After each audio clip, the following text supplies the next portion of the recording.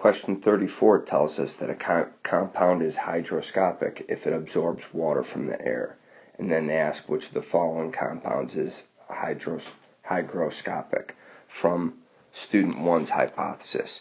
So we go back to student 1's hypothesis and we notice over here they tell us that ammonium cyanate is soft, non-brittle because it absorbed water from the air. Therefore our answer is going to be J. Question 35 asks which student's hypothesis would be weakened if P1 was not AgCl. So we go back to student 1 hypothesis and we notice that this student 1 says AgCl is present, and student 2 also says P1 is AgCl. So both student 1 and 2's hypothesis would be weakened. Question 36 asks which of the following compounds is possible as a structure for P2.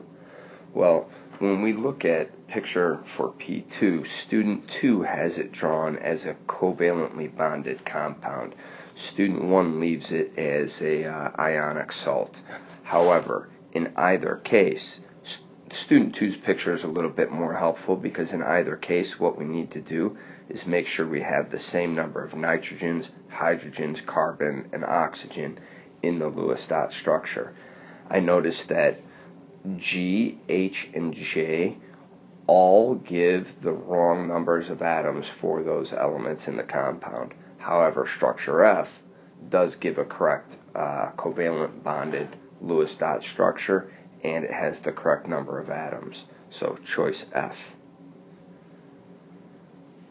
Question 37 asks us which of the following is an assumption that student 2 makes. When we go back and then we read student 2's hypothesis, when we come to the end of it, we notice that the student says urea is a compound that is found in mammalian urine, so it must be soluble in water. They don't offer any evidence or support why it must be soluble in water. They just make that assumption. So for question 37, choice A matches. Question 38 asks us which of the following claims, if true, would not be consistent with student 2's hypothesis. Well, when we go back a little bit, we notice that student 1 is the one that says when the ions are in solution they form new salts, silver chloride, and AgCl.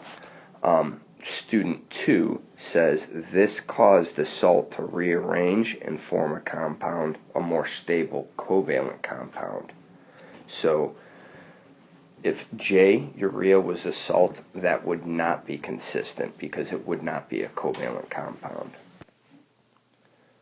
Question 39 asks us which of the following choices represent an isomer of each other.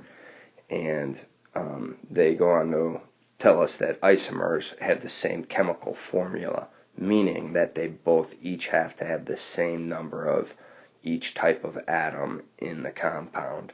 Well, just in reading choices A, B, and C, and having already read the passage, I noticed that those are not the two possibilities that the different students came up with for their product. The students came up with that it could be ammonium cyanate or urea, and both of those are drawn out right underneath here, and we notice that they both would have the same chemical formula, and those are the two that have the exact same number of each type of element within the atom because they have the same chemical formula.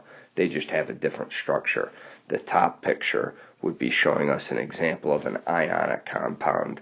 The bottom picture would show us a covalent compound. So it's ammonium cyanate, the top one, and urea, the bottom one, are isomers. Question 40 asks us, according to both students, what solid was formed when these two chemicals were dissolved together. And if we remember back, both students had said that silver chloride, AgCl, was present, and we can notice that right in the passage right there for student 1 and for student 2 right there. Therefore, we're going to go with choice H.